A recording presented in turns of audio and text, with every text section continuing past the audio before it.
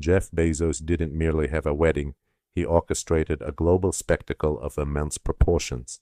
The setting was Venice inside a 16th century basilica on a private island completely closed off for A-list celebrities who were transported in by gondolas bathed in candlelight. Lauren Sanchez, adorned in a custom Dolce & Gabbana lace gown, was subsequently featured all over the Vogue digital cover. Tom Brady made an appearance. Oprah Winfrey was in attendance. The affair was so significant that even the military became involved, sealing off parts of the city to ensure protesters were kept at bay. But as the champagne poured freely and the violins serenaded the guests, a storm of resentment was gathering just beyond their fantasy bubble. You see, for a great number of people, this event represented far more than just a wedding. It was viewed as a $50 million middle finger to the realities of everyday life. Charlize Theron was not about to remain silent. While delivering a speech at a charity event, she strayed completely from the script and proceeded to utterly torch Jeff Bezos and Lauren Sanchez. I believe we might be the only individuals who failed to receive an invitation to the Bezos wedding, she declared. But that is perfectly fine, because they are awful and we are fantastic, she announced on stage into a microphone in front of all the donors. And what followed was a profanity-laced exclamation. She directly shouted, "Yeah, screw them." The audience was visibly shocked, and the internet immediately fractured into opposing camps. Some of her fans commended her for speaking truth to power. In contrast, others suggested she sounded envious and bitter that she wasn't on the guest list. But this was no ordinary random insult. This was the opening salvo in what appeared to be a comprehensive celebrity rebellion. And Charlize was not acting alone. Just when you thought the situation couldn't escalate further, Rosie O'Donnell entered the fray, but her weapon of choice wasn't a tweet or an Instagram post. She unleashed a poem. Yes, an entire literal poem. In this piece, she described Lauren Sanchez as a synthetic, fembot wife, and stated that watching the wedding sickened her. She even directed a question at Oprah. Yes, that Oprah, asking how an individual who built an empire on empathy and empowerment could be found celebrating with Bezos. He treats his workforce with utter disdain, Rosie penned. By any conceivable metric, he is not a good man. She didn't conclude. Her critique there, alluding to Bezos's first wife, MacKenzie Scott, a woman who has donated billions to various charities, Rosie questioned, why would he abandon her for this AI-looking woman? Then came the line that dominated the news cycle, he sold his soul. The devil is smiling at all his conquests. Whether you find her words agreeable or not, Rosie wasn't just casting a bit of shade. She unleashed the entire tempest. And just when you assumed this whole affair had reached its climax, the internet delivered something even more astonishing than the wedding itself. An AI-generated video of Lauren Sanchez began to circulate, and it was so unnervingly aligned with her public image that people truly believed it could be authentic. In the clip, a hyper-polished, uncannily perfect Lauren gazes directly into the camera and states, "We did not forget to invite Charlize. That was a choice. We invited our friends, not sideline spectators with unsolicited opinions." And just like that, it was a single explosive line, a digital slap across the face. The artificial intelligence version of Lauren presented as colder, more incisive, and somehow more believable than the person she was based on. The voice was unbothered, the expression impeccable, the message utterly ruthless. Memes exploded across the web. AI Lauren was suddenly a greater icon than Vogue Lauren. Some fans celebrated the verbal takedown. She said everything without saying anything. Others were deeply unsettled. If Lauren didn't authorize this, she probably should have, and a handful of people asked the inescapable question, wait, does she actually think this way? But whether it was meant as satire, was fan-produced, or was some sort of next-generation public relations stunt, one thing was undeniable. The fake Lauren had called out Charlize more brutally than any tabloid ever could, and just as the fallout from that verbal assault started to settle, Jessica Alba walked right into the line of fire. Among the celebrities who attended the Bezos wedding, Jessica Alba was perhaps the last individual anyone anticipated would face public criticism. But as photographs of her at the $50 million spectacle began to circulate, the public reaction was swift and furious. What was the reason? Because Jessica is known for more than just her acting career. She serves on the board of Baby2, Baby, a charitable organization that provides children in poverty with crucial necessities like diapers, infant formula, and essential clothing. And the woman seen right next to her at the lavish event, Kelly Sawyer, is the co-CEO of that very same non-profit organization. So at a time when millions of families across the nation are struggling to purchase food and baby supplies, Jessica and Kelly were enjoying Prosecco in Venice, posing for pictures with billionaires, and watching magnificent fireworks illuminate the night sky. The online community did not mince words. How can you operate a charity for mothers in need and then go celebrate with the very people who contribute to their financial struggles? You are paying homage to the Bezos empire while children are deprived of basic items like diapers. A viral reel directly labeled the photograph as completely unhinged. The condemnation was immediate and harsh, and Jessica has yet to make any public statement. But for many people online, this was not simply a matter of being tone deaf. It felt like a profound betrayal of the very mission she claims to support, and her ongoing silence is becoming deafening. Now this is where the situation becomes particularly peculiar. Eva Longoria, a known close friend of Lauren Sanchez, was conspicuously absent from the wedding ceremony. She had been present at the bachelorette party, celebrating with Katy Perry and other members of the inner circle. But when the momentous day finally arrived, Eva was quite literally on a beach. As Bezos and Sanchez exchanged their vows inside a grand basilica, Eva was sharing pictures of a serene ocean scene.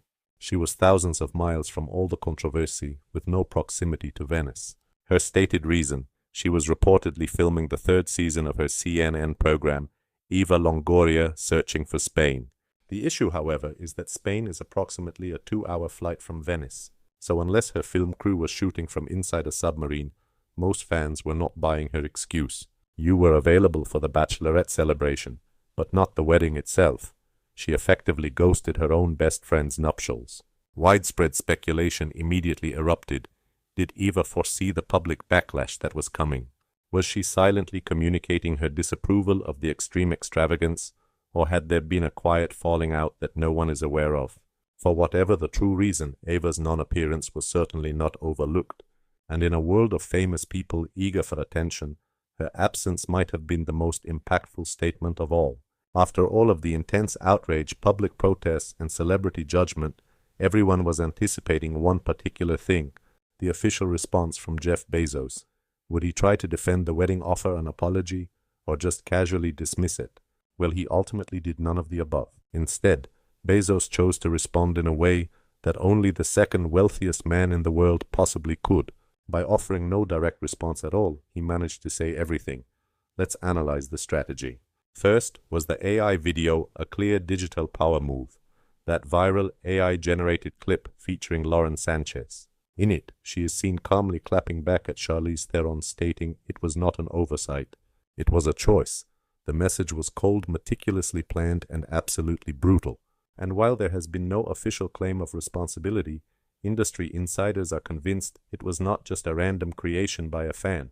The release timing was far too perfect, and the message was delivered with too much precision. Many believe it was a subtle show of strength from Team Bezos, a way to retaliate without him needing to get personally involved. And the implication was perfectly clear. We are aware of the backlash, and we are completely unconcerned by it. Second was the donation to Venice. Was it an act of damage control or one of decency? Just days following the wedding, new headlines started to appear. Bezos donates millions to the conservation of Venice. It sounds very noble, doesn't it? But critics instantly identified it as a public relations effort to manage the fallout. You host a $50 million wedding in a delicate and historic city, and then you simply write a check to improve your public image. Some viewed it as a calculated move to shift the public story. I am being charitable. Look at all the good I am putting into the world. But here's the significant twist. The majority of local residents were not even upset about the wedding. It was the global audience that perceived it as a glaring symbol of out-of-touch opulence, and no charitable contribution, regardless of its size, could ever cleanse the public's memory of a billionaire effectively closing off a city while global crises raged on. Third, his relocation to Florida, a classic maneuver from the billionaire's loophole playbook. Just prior to the extravagant wedding, Bezos formally updated his official residence to Florida. What's the significance of this? Florida has a 0% state income tax, which means that by making this change, Bezos stands to save hundreds of millions of dollars in taxes each and every year. In the meantime, he's quietly liquidating portions of his Amazon stock. No grand announcements, no splashy headlines. Just one more tycoon expertly manipulating the financial system. Fourth, the tale from the restaurant. The world's wealthiest man doesn't even glance at the check. This emerged from a peculiar and viral story shared by a restaurant server. They recounted that Bezos entered with his security detail, ate his dinner, and when the check was presented, he didn't give it a second look. The bill was passed directly to his security team, who promptly paid it and included a standard 20% gratuity. He offered no thanks to the staff, made no eye contact, and simply departed as if the whole interaction never took place. Now, a 20% tip is certainly fine, but when you possess a net worth of over $200 billion and the entire world is criticizing you for being profoundly disconnected, that sort of conduct just pours gasoline on the fire, especially when other celebrities like Steve Carell are known for tipping $1,000 on a $400 dinner. One act feels human and considerate, while the other seems robotic and detached, and that more than anything else is the very thing people are reacting so strongly to. It goes beyond the money. It's about the perception, the profound disconnection. In a society practically drowning in inequality, Bezos is floating serenely above it all, as if it simply doesn't concern him. And although he never grabbed a microphone or retorted on Twitter, his profound silence was its own form of statement. I acknowledge the outrage, I am aware of the noise, and yet I remain completely unbothered. The wedding is now over. The attendees have all flown back home. The notorious grey carpet has been meticulously rolled up and stored away, yet the public outcry continues to resonate. And so the central question is no longer about what occurred. It's about who is facing genuine consequences for it. Could it be Jeff Bezos? On the surface, Bezos appears to be the most obvious target. He invested $50 million in a wedding ceremony in a country that is wrestling with economic pressures and intense climate anxiety. He maneuvers to avoid taxes, dismisses restaurant bills, and stages opulent parties while the digital world is in an uproar. But the truth is, he's seemingly invulnerable. The public protest materialized and then vanished. The memes had their moment of fame. The sharp criticism flared up and then quickly died down. And Mr. Bezos? He simply returned to his life of private jets and observing the stock market's ascent. When you possess a fortune of over $200 billion, a public controversy isn't a danger. It is merely ambient noise. So to be clear, Jeff is not the one who is truly at risk. Could it be Lauren Sanchez? She certainly absorbed most of the criticism for the fashion, the spectacle, and the it girl image. Her Vogue magazine cover was meant to be a landmark achievement, but it became a focal point for intense condemnation. And still, much like Jeff, she appears to be completely insulated. She doesn't engage with the negativity. She has no reason to. She simply shares another photo of the gown and carries on. So once again, she's likely not in any real peril. What about Charlize Theron? Charlize did something most celebrities would never consider. She called people out by name. She used profanity. She effectively upended the entire conversation. But the public's reaction was deeply divided. Some of her fans praised her as courageous. Others lambasted her as envious and desperate for attention.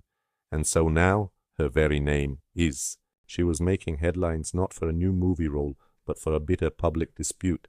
For a celebrity who consistently avoids the Tinseltown limelight, this was a shocking departure. The repercussions could be severe, particularly if sponsors begin withdrawing their support or the public grows weary of the constant controversy. But is Jessica Alba the one who's actually facing the most trouble? Almost silently, it seems Jessica may have absorbed the most significant reputational damage. It wasn't because she had a public outburst or made a scandalous post, but rather because of her mere attendance. As a prominent ambassador for a children's foundation, her very presence at that. Extravagant wedding conveyed a very clear signal: I am deeply committed to families in need, except when a billionaire extends an invitation to Venice. Unsurprisingly, the online world did not let this slide. The glaring inconsistency struck a nerve. In stark contrast to Bezos or Sanchez, Jessica had meticulously cultivated her entire brand around integrity, well-being, and civic duty. Consequently, when that carefully constructed persona fractures even in the slightest, it becomes incredibly difficult to repair. But what role do we, the audience, the commentators, and the detractors play in all of this? We observed, we passed judgment, we kept scrolling, and through our actions, we amplified this wedding into something far larger than even Jeff Bezos's fortune could orchestrate. Perhaps that is precisely the intention. In a digital age where controversy generates engagement and scandal feeds the social media machine, it's possible that none of the involved parties are genuinely at risk. In fact, they might just be winning. The more profound question is what our unwavering attention to these spectacles reveals about our own society. If you found this affair to be unbelievable, just wait until you discover the chaos that erupted when famous figures attempted to sabotage each other's careers because of perceived red carpet insults. The ceremony might have concluded, but its dramatic aftermath is only now starting to unfold. And if you believe this situation was complicated, you won't believe which A-list star was just unmasked for fabricating their philanthropic efforts while secretly profiting from undisclosed brand partnerships. Make sure to subscribe, because the genuine spectacle is always just around the corner.